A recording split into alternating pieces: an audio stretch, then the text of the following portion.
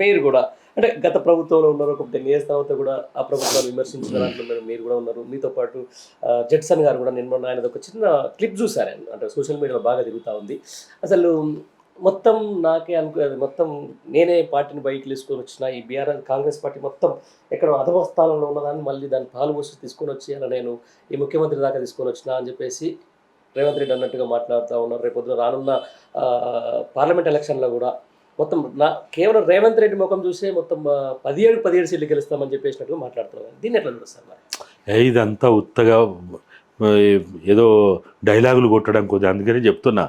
ఈ పాలకులు అనే వాళ్ళు నిజంగా మీరు అసెంబ్లీలోనైనా బయటనైనా ప్రజల ముందు మైకులు పట్టుకొని మైకాసురుడు లెక్క మాట్లాడుతున్నాం. డైలాగులు కొట్టకూరి. మీరు నిజంగా డైలాగులు కొట్టాలంటే పద్మాలయ స్టూడియో ఉన్నది, సారథి స్టూడియో ఉన్నది, రామోజీ స్టూడియో ఉన్నది, ఇంకేదో అన్ని చాలా స్టూడియోలు ఉన్నాయి కదా. ఆడ పోండి, మంచిగా సెట్టింగులు ఉంటాయి, స్క్రిప్ట్ ఉంటుంది, డైలాగులు చదువుకోరి. మీరు ఎంతసేపు డైలాగులు చెప్తారో చెప్పండి. ఎందుకు ఈ పనికిమాలిన డైలాగులు? 17 ఇవన్నీ ఉత్తదే. అంటే ప్రజల్లో ఒక రకమైనటువంటి ఒక ఎమోషన్ సృష్టించడానికి చేసేటువంటి పని. కానీ దీంట్లో వాస్తవికత ఉంది, దీంట్లో చాలా ఆలోచించి చెప్తున్నారనే మాట అయితే నేనైతే నమ్మ. కొన్నిసార్లు ఏం చెప్తారంటే ఏదో చెప్తారు చూడు, 100 అబద్ధాలు ఆడి పెళ్లి చేయరా నాయన అన్నట్టు వీళ్ళు కూడా. సార్ ఈ సందర్భంలో నేను ఒకటి అడుగుతా, మీరు కూడా గతంలో ప్రభుత్వం మీద కూడా ఒక మేధావిగా చాలా మాట్లాడినారు. 100 అబద్ధాలు ఆడి ఒక పెళ్లి చేయన్నారు అన్న దాని మీద నేను మాట్లాడుతున్నాను. అంటే ఆ రోజు ఆ ప్రభుత్వాన్ని గద్దదించడం కోసం మనం కూడా చాలా మాట్లాడినాం. మీరు కూడా ఉద్యమాలు చేసిండ్రు, మాట్లాడిండ్రు, అట్లా అని చెప్పేసి మీడియా ముందు మాట్లాడిండ్రు. ఇవాళ మార్పు కోరుకున్నారు, ప్రజలు మార్పు వచ్చేసింది, కాంగ్రెస్ గవర్నమెంట్ వచ్చేసింది.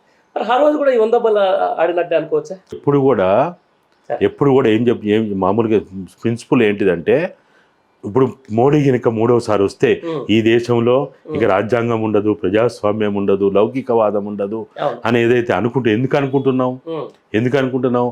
ఎప్పుడు కూడా ఊర్లలో మనం మైసమ్మకి, పోషమ్మకి, ఎల్లమ్మకి చిన్న మన ఆవు దూడని, బర్రె దూడని వదులుతాం. ఎందుకు వదులుతాం? ఏదో మనకు పట్టిన పోవాలని చేస్తాం. కానీ అది 6 నెలల తర్వాత, సంవత్సరం తర్వాత ఏమవుతుంది? అది మనిషి బాగా ఇదవుతుంది, ఎట్లా అవుతుంది. అయితే ఇట్లనే పాలకులు, ప్రజలు కూడా ఒక మంచి ఉద్దేశంతో, సదుద్దేశంతో పాలకులను ఎన్నుకుంటారు.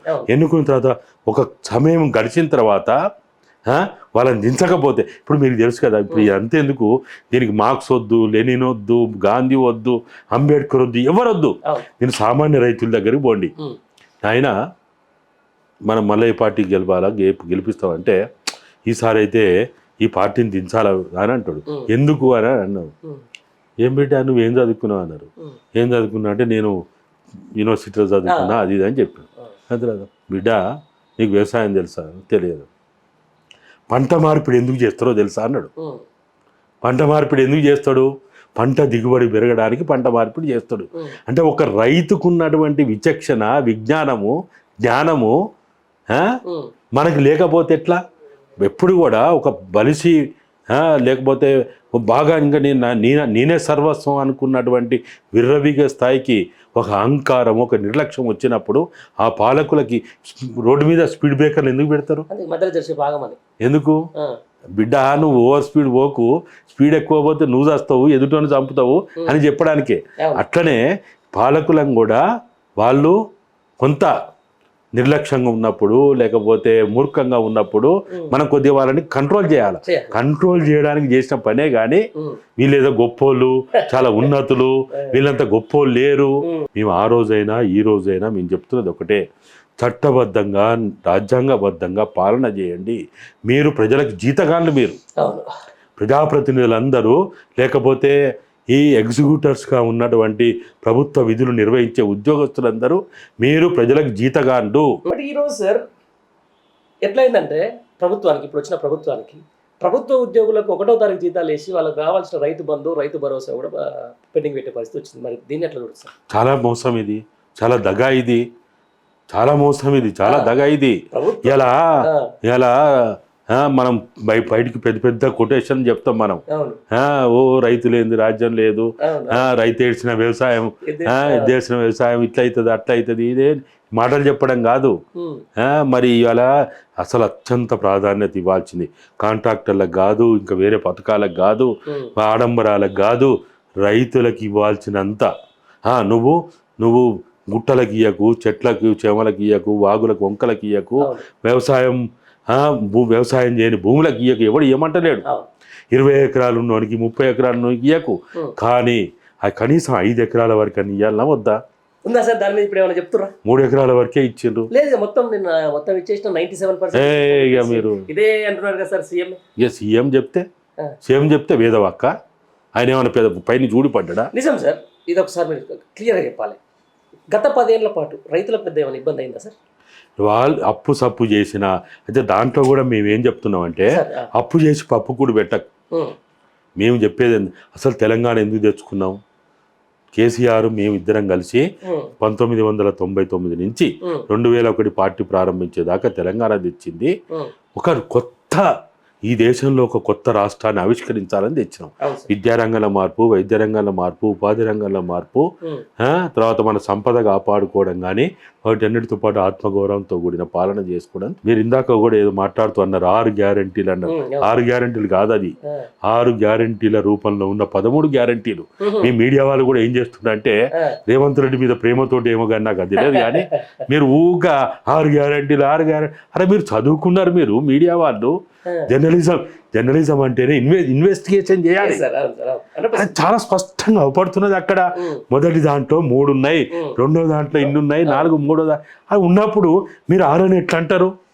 దానికి సబ్ గ్యారంటీస్ కింద ఇట్లా చూస్తాం సార్. ఇప్పుడు మహాలక్ష్మి స్కీమ్ ఉంది, దాంట్లో గృహజ్యోతి అని ఇంకోటి పెట్టిండ్రు. అంటే అది గ్యారంటీ కాదా? ఆ ఒక్క దాంట్లో 6 గ్యారెంటీలో ఇంకా సబ్ గ్యారెంటీ ఉంటుందని చెప్పేసి మనం వస్తాం సార్. దీని అంతా 13 గ్యారెంటీలు. అవి 13 గ్యారెంటీలు ఒక్క గ్యారెంటీ అమలు చేసిన చెప్పండి. మీరు జర్నలిస్టు, మీ మీద నాకు గౌరవం ఉంది, సీనియర్ జర్నలిస్టు, ఒక్కటి చెప్పండి నాకు. సీరియస్ లో ఒకటి కూడా చేయలేదు సార్. అలా చేసిన 13 ఒకటి 2-3 చేసుకోబోతున్నారు, కానీ 6 గ్యారెంటీలు 2-3 చెప్పండి అంటూ. నాకైంది ఒకటి, మహిళలకు ఫ్రీ బస్ అంటున్నారు కదా, అదొకటి ఉంది దాంట్లో. అంటే మీరు, మీ పట్ల నాకు అపారమైన గౌరవం ఉంది, మీరు ఏం బాధపడొద్దు. మీరు చదువుకున్న వాళ్ళు, మీలాంటి వాళ్ళు ఇట్లా మాట్లాడితే ఏమైందంటే ప్రజలకు మోసం చేసినట్టు అవుతుంది. మీరు మాట్లాడద్దు. ఎప్పుడు అది అమలు చేసినట్టు అవుతుంది, ఎప్పుడు అమలు చేసినట్టు అవుతుంది అంటే నాకున్న చిన్న అవగాహన. నేను మీ అంత అనుభవం లేకపోవచ్చు, చదువుకోపోవచ్చు. ఇవాళ RTC, road transport corporation, TSRTC, అదొక సంస్థ.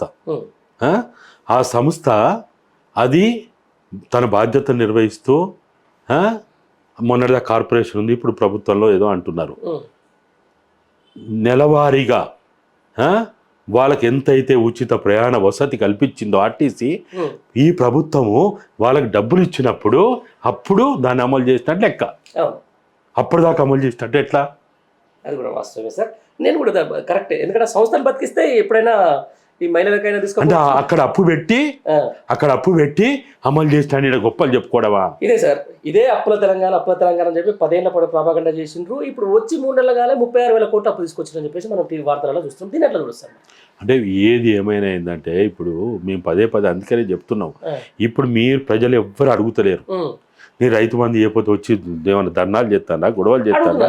అడుగుతారు. పాపం అడగడం తప్పులేదు. ఇప్పుడు అడగని అమ్మాయిని అన్నం పెట్టదు కాబట్టి అడుగుతారు, అడగడం తప్పులేదు. కానీ ఇప్పుడు ఇవ్వలేని పరిస్థితిలో ఉన్నారు. ఆయనే చెప్పుకుంటాడు కదా, ఏదో లంక విందలని వస్తే కాలి విందలు అయిపోయింది మాట్లాడతాడు. ఆయన ఒక ముఖ్యమంత్రిగా ఉండి మాట్లాడడం అంటే ఆయన ఏందో మరి. ఆయన ఇంకా ఎక్కడ ఆయన ఏంది, ఆయన ఊరి పేరు ఏదో ఉండే, కొడంగల్లో ఉన్నా అనుకుంటానేమో. ఇంకా రియల్ ఎస్టేట్ ఎప్పుడు 1990s రియల్ ఎస్టేట్ వ్యాపారం చేసినట్టు అనుకుంటానేమో. కాదు ఇది.